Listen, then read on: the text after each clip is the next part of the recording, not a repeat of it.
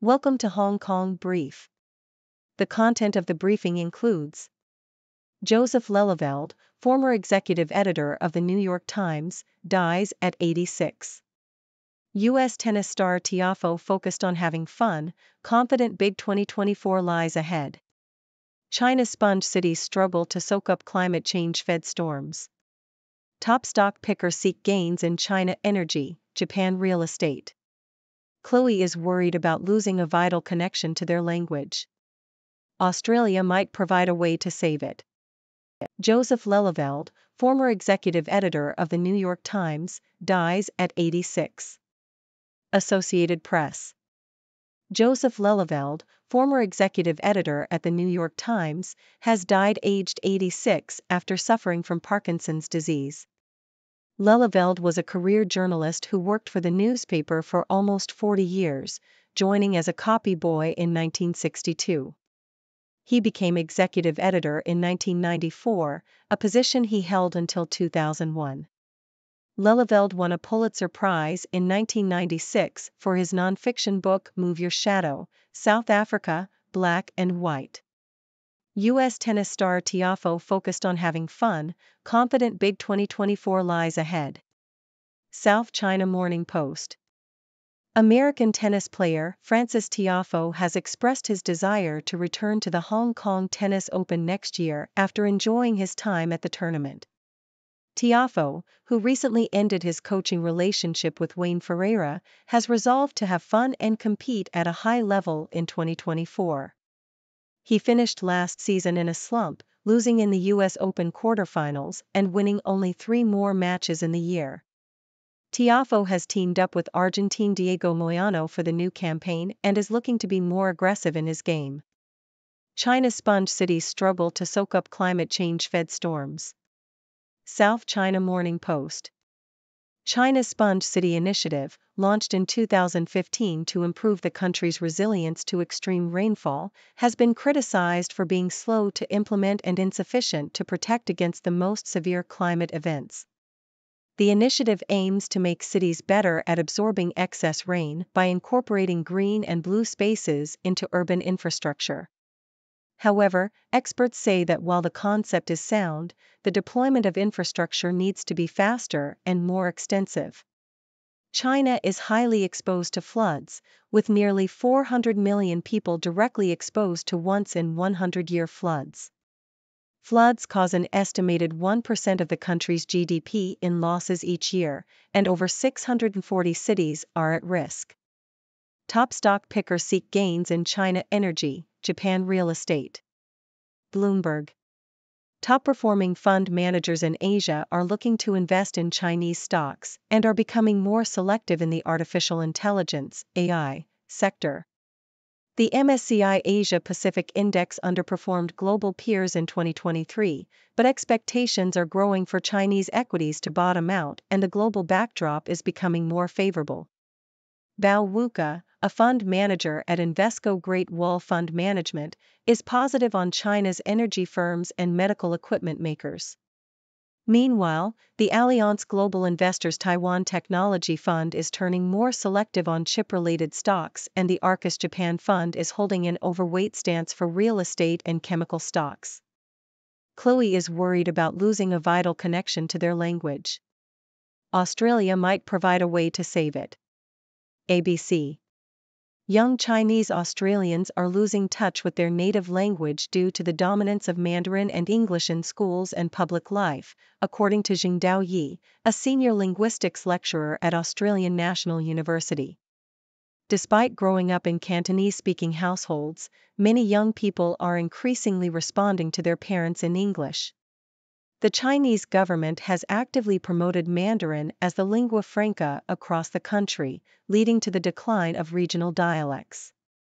Yi argues that the situation is dire, with younger generations losing the ability to speak their native regional dialects. Yi has worked to preserve her own native Shanghainese dialect, even teaching it to native-born Chinese students who previously struggled to communicate with their grandparents. This decline in dialects has been reflected in diasporas outside of China, such as in Singapore, where the number of people speaking Cantonese at home has decreased by 38% between 2010 and 2020. While the future of Cantonese may be pessimistic overseas, there is still interest in the language in Australia, with increased demand for Cantonese classes driven in part by migrants from Hong Kong. Greater Bay Area measures to benefit both parties. SCMP opinion. China has announced measures to boost the development of the Greater Bay Area, including promoting the modern service industry in the Qianhai area. The move is expected to create more opportunities for Hong Kong professionals and the service industry. The plan aims to make it easier for Hong Kong enterprises and professionals to provide services in the construction and engineering sectors and support local accounting firms. The measures are seen as a timely step for both mainland China and Hong Kong as they seek to rebuild their economies after the coronavirus pandemic. The city's well-established financial regulations, legal system, and professional services will continue to contribute to national development. New Hong Kong district councils must put people and their livelihoods first. SCMP opinion. The district councils in Hong Kong, which are now made up of patriots, have begun a new term. While the councils are expected to operate differently from the previous opposition-led era, they should not just become an echo chamber for the government. The councils should help implement public policies and reflect the views of the people. The members of the councils have all pledged allegiance to the Hong Kong Special Administrative Region and the Basic Law. Some councils have already held preparatory sessions and are expected to form workforces to boost the local economy. The chief executive has urged council members to serve as a bridge between the government and residents and to carry out their duties with a people-oriented approach.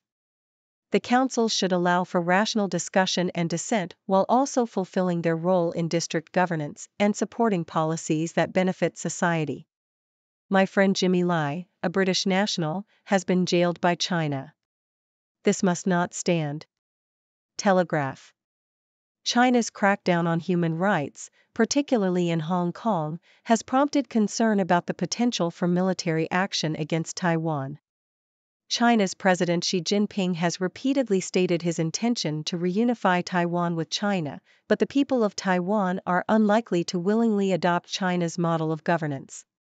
China's human rights abuses, such as the persecution of Uyghur Muslims and the repression of religion in general, demonstrate the true nature of the regime in Beijing. In Hong Kong, freedom of expression, assembly, association, and the press have all been stripped away since the imposition of the national security law in 2020. The decline in Hong Kong is exemplified by the ongoing trial of media tycoon and pro-democracy activist Jimmy Lai. Lai, along with several other individuals, is accused of conspiring with foreign forces, publishing seditious materials, and being the mastermind behind the pro-democracy movement in Hong Kong. These charges are absurd and fail to recognize the diversity within Hong Kong's democracy movement. Lai has always advocated for peaceful protest and the protection of basic rights and freedoms promised to Hong Kong in international treaties. The British government's response to Lai's case has been criticized for being inadequate. While there have been some efforts to raise awareness of Lai's situation, more needs to be done. The British Foreign Secretary should condemn the trial as unjust and politically motivated and call for Lai's immediate release. Additionally, the British government should ensure that Hong Kong's human rights situation is prominently raised during China's review at the UN later this month. Finally, the British government should respond to the call for sanctions against Hong Kong's chief executive and Beijing's representative in Hong Kong, John Lee. From AI to flying cars, 5 things to watch at CES 2024. Nikkei Asia. The Consumer Electronics Show, CES 2024, held in Las Vegas, is expected to see a strong Asian presence, but Chinese tech companies Alibaba, Tencent and Huawei will be notably absent. The conference will showcase the latest advances in AI, robotics, augmented and virtual reality, among other sectors. Artificial intelligence will be a major focus at the event, with chip makers such as Intel and Qualcomm, as well as electronics giants Samsung and Siemens, all set to center their keynote speeches on AI. Companies will also showcase autonomous driving technologies, new electric models, and flying cars. The metaverse, a virtual reality space where people can interact with a computer-generated environment, is expected to gain traction this year, with Apple's mixed reality headset, Vision Pro, anticipated to lead to mass adoption. CES 2024 is expected to attract over 130,000 attendees and 4,000 exhibitors. Bulk buying megastores in Shenzhen may lure even more Hong Kongers over border. South China Morning Post. Hong Kongers are searching for membership megastores offering bulk buying in Shenzhen, although experts are skeptical it will be able to replicate the success in Hong Kong given the scarcity of land and the high cost of logistics. Google Trends showed that the search popularity among Hong Kongers for Sam's Club began to surge 2 months ago and peaked over the New Year's Eve weekend. An outlet in Qianhai became its 4th store in Shenzhen over the summer, but the buzz over Costco has gathered pace recently, driven by media coverage of a preview event. Beijing's dilemma: if DPP wins Taiwan election, what level of response? South China Morning Post.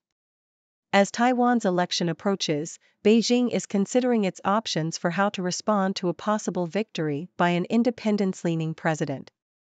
Beijing has used various tactics in the past to show its displeasure at what it sees as a drift towards Taiwanese sovereignty, including military threats, trade restrictions, and cyber campaigns. However, these tactics have not been effective and have often increased support for the pro-independence Democratic Progressive Party, DPP. Beijing may choose to repeat some of these tactics, such as military exercises or economic sanctions, but it could also explore new options such as cutting off supply routes to Taiwanese islands or increasing drone overflights. Each of these options carries risks and could further push regional allies into the U.S. camp, but Beijing may be willing to take these risks to prevent Taiwan from moving further towards independence. Another option for Beijing would be to do relatively little and play the long game. China's military power is increasing, and some U.S. Republicans have questioned the U.S.'s commitment to defending Taiwan. Beijing may believe that it can eventually reunite Taiwan with the mainland, even if it takes time. However, this approach carries its own risks and may not be enough to satisfy hardliners in Beijing. Ultimately, Beijing faces a dilemma as it tries to prevent Taiwanese independence without pushing the region into war. The outcome of Taiwan's election and Beijing's response will have significant implications for the future of cross-strait relations. Marilyn Monroe clothes and items to go to auction. BBC. A collection of items that once belonged to Marilyn Monroe, including dresses, lipstick, and photographs, will go up for auction in March. The most expensive item is a black evening gown worn by Monroe during the filming of The 7-Year Itch in 1955, which is expected to fetch up to $200,000. Also included in the auction are items that belong to Playboy founder Hugh Hefner, including artwork by Andy Warhol and Leroy Neiman. The collection will be exhibited in Hong Kong and Shanghai in February before being auctioned in Los Angeles. Sports on TV for January 6 to 7. Associated Press. The following is a schedule of sporting events for January 6 to 7, 2022. It includes auto racing, college basketball, golf, high school football, horse racing, IIHF hockey, NFL football, NHL hockey, soccer, tennis, and NBA G League basketball. Taiwan's sorrow, China, the march of history and the inevitable clash. The Globe and Mail. The fate of Taiwan hangs precariously as it approaches its upcoming presidential election on January 13. The island's political scene is divided, with some factions favoring closer ties with mainland China and others advocating for Taiwan's independence. However, amidst recent geopolitical turmoil and China's increasing assertiveness, it seems that Taiwan's destiny may be beyond the control of its politicians. The article argues that the march of history and the shifting global order will ultimately determine the outcome for Taiwan. The article highlights the breakdown of the faction in Taiwan that is friendlier to mainland China, as evidenced by the recent unsuccessful attempt to unite opposition factions. The Beijing-friendly Kuomintang, KMT, party has struggled to maintain its influence in Taiwan, and China's current leadership under President Xi Jinping is less open to compromise than previous leaders. The author suggests that China's new wolf warrior diplomacy, aggressive territorial claims, and weaponized economics indicate a harder stance towards Taiwan. The article draws parallels between Taiwan and Hong Kong, noting that China has successfully eroded Hong Kong's freedoms through gradual encroachments rather than a direct invasion. The author argues that China's approach towards Taiwan will likely be a combination of military threats, economic coercion, and political pressure. Taiwan's existence is born out of an unfinished fight, and its fate is inexorably tied to the larger forces of history and a shifting global order. The article concludes that a clash with Beijing is unavoidable and that Taiwan must prepare for the inevitable clash of fate and destiny. Chinese shadow bank Zhongxi's bankruptcy accepted by Beijing court. Nikkei Asia. The Beijing No. 1 Intermediate People's Court has accepted an application for bankruptcy liquidation from Zhongxi Enterprise Group, a Chinese wealth manager with significant debt. The court acknowledged that Zhongxi is unable to pay off its obligations, as the company's latest financial data showed a shortfall of approximately 200 million Chinese yuan, $28.3 million. Zhongxi is a major trust company and operates as a shadow bank outside the banking regulator framework. The court has set a deadline of January 12 for candidates to apply to be the case's liquidator. That's all for today's news, folks. We've covered a wide range of topics, from the passing of Joseph Lelyveld, a former executive editor at the New York Times, to the challenges faced by China's sponge cities in dealing with climate change. We also discussed the outlook for Chinese stocks and the future of Cantonese in Australia. And let's not forget the upcoming Consumer Electronics Show, CES 2024, where we can expect to see the latest advances in AI, robotics, and more. But let's not get too serious. The news can be heavy sometimes, so let's lighten the mood with a bit of Marilyn Monroe. A collection of her belongings, including dresses and lipstick, will be up for auction in March. And sports fans, don't worry, we've got you covered too with a schedule of sporting events.